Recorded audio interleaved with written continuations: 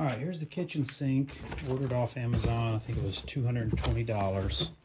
It's one of these kitchen workstations that I've never really seen before, but they seem to be pretty popular. And I'm going to show you how the install is going to go. Building a countertop to mount the sink inside here. And this is a piece of scrap plywood that I've drawn the sink out on. So the scrap plywood has a center line here and all the way across it. And then the sink found the center line here, front and back, and it's lined up. So now the sink is sitting in the middle of the plywood. Same distance off. This is the front edge of the sink once it's flipped over. So the same distance off the front, so it's mounted squarely in the countertop, right?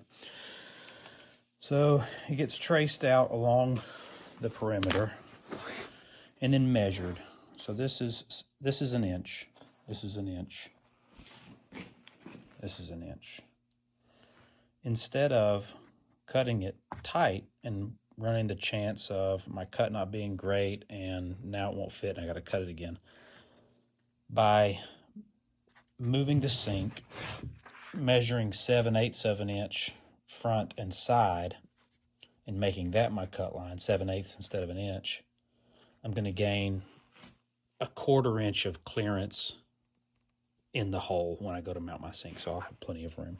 The back's a little different. It's this is 2 7/8, and so my cut line back here got reduced by 1/8 to become 2 3/4 of an inch. So there's my cut line for that. All right, there's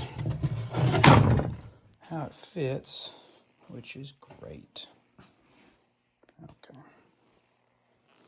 You can see be a shame to mess that thing up, wouldn't it?